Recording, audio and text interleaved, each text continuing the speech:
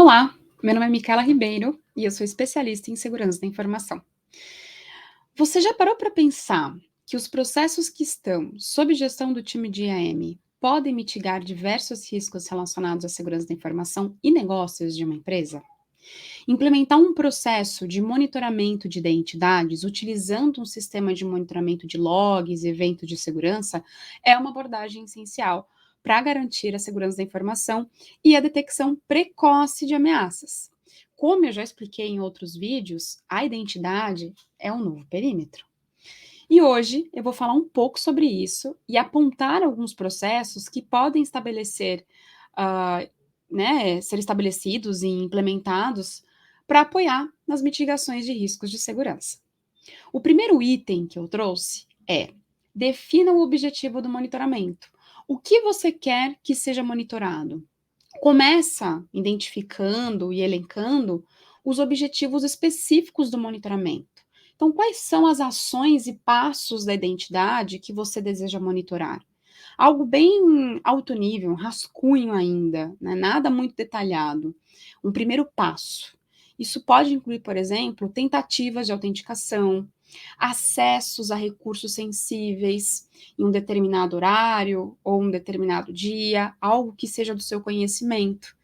E alterações de privilégios, por exemplo, feito por alguém ou por uma área que normalmente não tem essa autorização. Então, pensa em alto nível quais são esses monitoramentos que seriam importantes para a sua organização, para a sua área, relacionados à identidade. O segundo passo, né, que é bem legal da gente pensar logo depois que faz esse levantamento em alto nível, é definir as fontes de dados. Então, uma vez que você sabe aquilo que você quer monitorar, você vai conseguir definir quais são as fontes de dados que serão necessárias para conseguir cuspir ali essas informações no monitoramento. Então, determine, né, quais são essas fontes de dados que serão monitoradas. O AD, por exemplo, um sistema específico, o IDM, né, o PAN. Então, quais serão as fontes de dados que farão parte desse monitoramento? O terceiro, e aí aqui a gente começa a detalhar um pouco melhor, uma vez que você já sabe o que você quer monitorar e quais são as fontes de dados, você vai conseguir pensar aí e definir as regras, alertas e planejar a resposta ao incidente, caso ele aconteça, ocorra, né? Então, esse é o terceiro passo. E aí eu trouxe um esquema aqui de um Excel, algo que vocês podem iniciar no Excel, bem simples, não precisa ser num sistema ainda, aqui a gente nem falou da ferramenta de monitoramento, aqui nós estamos num passo de levantamento, definição, entendimento do escopo atual, para que possa ser definido, de fato, um to be com uma ferramenta que vai atender. Então, no passo 3, ele é um passo, vamos dizer, o mais importante, onde você vai definir o seu playbook, o seu runbook de ações, né? Então, o que a gente tem que levantar e incluir nesse levantamento, neste momento? É a descrição das regras e alertas. Então, por exemplo, né, imaginem que vocês não querem que um grupo específico não seja movimentado, mexido por um time, né? Ou somente um time pode incluir essa informação. Então, é aqui que você começa a definir essas regras e esses monitoramentos. E aí eu vou compartilhar contigo a minha tela com um esquema das informações mais básicas que a gente precisa para começar a definir esses alertas, tá? Então, aqui é um template, é algo bem simples. Então, na primeira coluna, né, linha e coluna, a gente tem ID. Então, defina um ID, porque a ideia é que tenham vários, né? Então, para que você não fique perdido, né? E você possa elencar, por exemplo, um ID é uma situação. Então, é legal sempre colocar um ID, né? O sistema, que é a sua fonte de dados, que é o passo 2 que a gente deveria ter levantado. Então, aqui eu trouxe um exemplo do AD. A coluna 3, resumo da regra. Então, do que se trata a regra que você vai definir a tratativa de incidente? Aqui, por exemplo, criação de grupos. Então, eu vou fazer uma regra e uma resposta a incidente para tratar criações de grupos indevidas. A regra, qual que é a regra? Né? Vejam bem, qual que é a regra e não qual que é o desvio. Então, a regra é que somente colaboradores da área de gestão de identidade e acessos podem criar grupos de segurança no AD. Então, eu defini uma regra. Qualquer coisa fora disso é um incidente, concordam? Então, se uma pessoa, um indivíduo, que não é da área de gestão de identidade e acessos e criar um grupo no AD, ele está fazendo algo indevido e vai gerar um alerta. O incidente. Se um usuário não permitido realizar a criação do grupo de segurança, um alerta deve ser gerado. Então, eu estou falando o que o incidente, o que vai gerar um incidente e o que a gente vai ter aqui de ação de monitoramento nesse incidente. A outra coluna é a ação, a resposta ao incidente. Uma vez que ele existe, que um usuário não permitido realizou a criação de um grupo, isso foi identificado no monitoramento, qual que é a ação que tem que ser tomada? Aqui eu coloquei como exemplo, o grupo deve ser removido imediatamente e após o usuário, o seu gestor imediato deve ser notificados e o motivo do desvio investigado para fins de controle.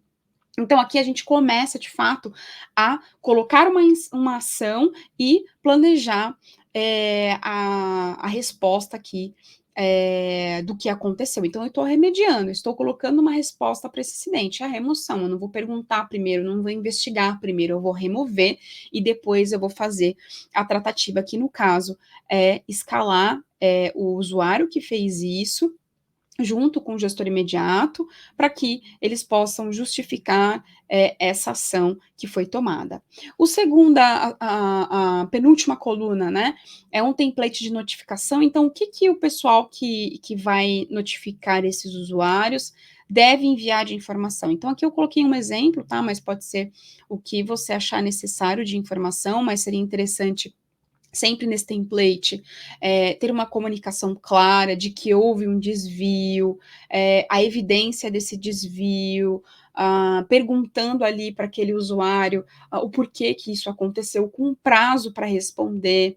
Então, é importante que esse template, né, ele seja muito completo e que ele se comunique ali com as partes que forem acionadas, né? E por último aqui, quem deveria receber esse e-mail de notificação ou a resposta, enfim, eu coloquei o usuário, gestor imediato, uma caixa de e-mail do SOC, uma caixa de e-mail de AM. Aqui são só exemplos, tá, gente, de por onde começar esse mapeamento, mas podem ter muitas outras colunas, conforme a ação, a resposta, aquilo que for atribuído de fato, tá? Então, aqui é só um templatezinho para que vocês consigam visualizar o mapeamento dessas regras. Não é nada de outro mundo, né? É algo que a gente consegue iniciar rapidamente e ter uma visibilidade rapidamente daquilo que precisa ser monitorado dentro desse escopo de monitoramento aqui de identidades, tá?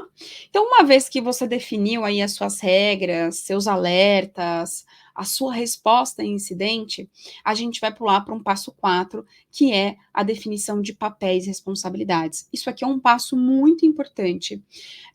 Essa questão de monitoramento de identidade, de processos de identidade, é algo relativamente novo, né? Então, existe alguns conflitos de papéis.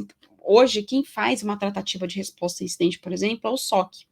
Então, dentro daquilo que você definir, é importante que seja criada uma matriz RACE. Então, se você não sabe o que é uma matriz RACE, a matriz RACE ela é uma matriz de responsabilidade, onde você vai ter as áreas que estarão dentro daquele processo e as ações que aquela área é responsável ou não, ou que deveria ser informada ou não.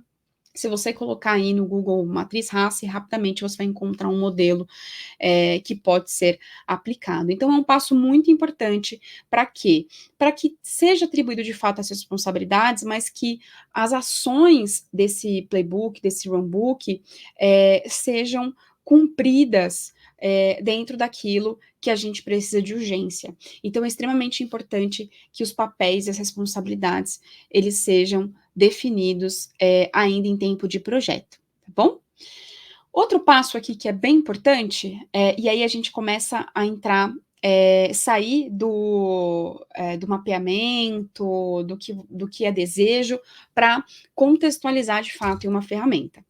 Então, uma vez que você sabe quais serão as fontes de dados, quais tipos de regras você deseja monitorar, eh, a partir daí é possível escolher uma ferramenta.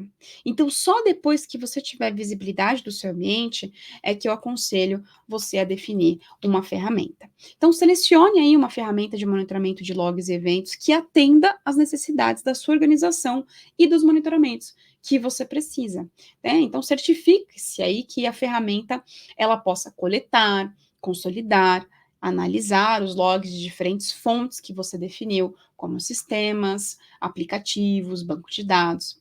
Então, aqui você consegue ter visibilidade até para POC. Então, quando você for fazer uma POC, você inclusive consegue incluir exemplos dessas regras para ver se de fato aquela ferramenta ela vai entregar aquilo que você precisa. Um outro passo importante, logo depois que você define a ferramenta, e coloca, as regras lá dentro, teste e valide as regras. Não coloque elas ainda em produção. Então, antes de colocar, elas em produção, é importante que você realize testes para verificar a eficácia dessas regras de monitoramento e a precisão dos alertas. Então, minha sugestão é que você implemente essas regras em produção, e monitore. Então, implementa em produção, mas só monitora, não coloca ainda as tratativas, né? E durante aí um período de 30 dias, 15 dias, 30 dias é um ciclo bom de vida, e aí você começa a monitorar se faz sentido aqueles alertas, se vai gerar falso positivo. Em 95% das vezes, existe muito falso positivo. Você começa a pegar, inclusive, ações que você não sabia, ou que faz parte da regra, mas que não estava muito claro. Então, você vai ter que voltar e reajustar ali a outra tratativa, ou às vezes quem pode ou não pode mexer em algum ambiente, ou um sistema, ou um grupo de AD, por exemplo. Então, é extremamente importante que você teste essas regras antes de aplicá-las de fato em produção. Então, assim, produção barra penalização, né? Então, produção e monitoramento, 30 dias é uma boa prática. Agora, habilitar direto, sem testar elas, sem de fato ter visibilidade, é um risco e pode prejudicar. E por último, depois que você colocou essas regras em produção de fato, monitorou, está fluindo, está todo mundo sabendo, você ajustou as políticas, que é um passo muito importante também, é que você tenha a resposta a incidente e a responsabilidade do usuário, seja ele um usuário na ponta ou um usuário da operação ali de tecnologia ou segurança da informação, é importante que você tenha esses papéis ali bem definidos nas políticas, tá? Então, esse é um ponto aqui importante. E aí, depois que tudo isso aconteceu, uma outra dica é você começar a enriquecer os logs, né? Então, você definiu várias regras que você conhece, então você vai começar a popular esses logs com mais informações adicionais que não necessariamente têm relação com algo que você conhece. Então, começa a colocar endereços IPs, localizações, contexto de usuário, outros ambientes, para que você comece a sair daquilo que está dentro do seu controle, porque até então, tudo que você definiu de regra está dentro do seu controle. E o ideal, né, onde a gente quer chegar no nível de maturidade, é ter visibilidade daquilo que não se tem controle. E como a gente vai fazer isso? Incluindo várias informações para que a partir dali a gente comece a investigar e monitorar outros casos que não são do conhecimento do time de AM. Tá? Então, essas foram algumas dicas, algumas coisas que você aí pode começar a implementar e levantar para sair do zero nessa questão de monitoramento de identidades. Então, a implantação, né, desse controle de monitoramento de identidades por meio de um sistema de monitoramento de logs e eventos é um passo crucial para aprimorar a segurança da informação na sua organização. Ela permite a identificação precoce de atividades suspeitas e ameaças, protegendo os ativos das empresas e garantindo a conformidade regulatória. Então, é muito importante que você comece a pensar e colocar aí nas suas metas do ano que vem, uma vez que o ano já está acabando, e a gente já não tem mais tempo de colocar mais nada nas metas, mas que coloque aí no ano que vem e que você consiga monitorar o que vem acontecendo no seu ambiente com responsabilidade e segurança.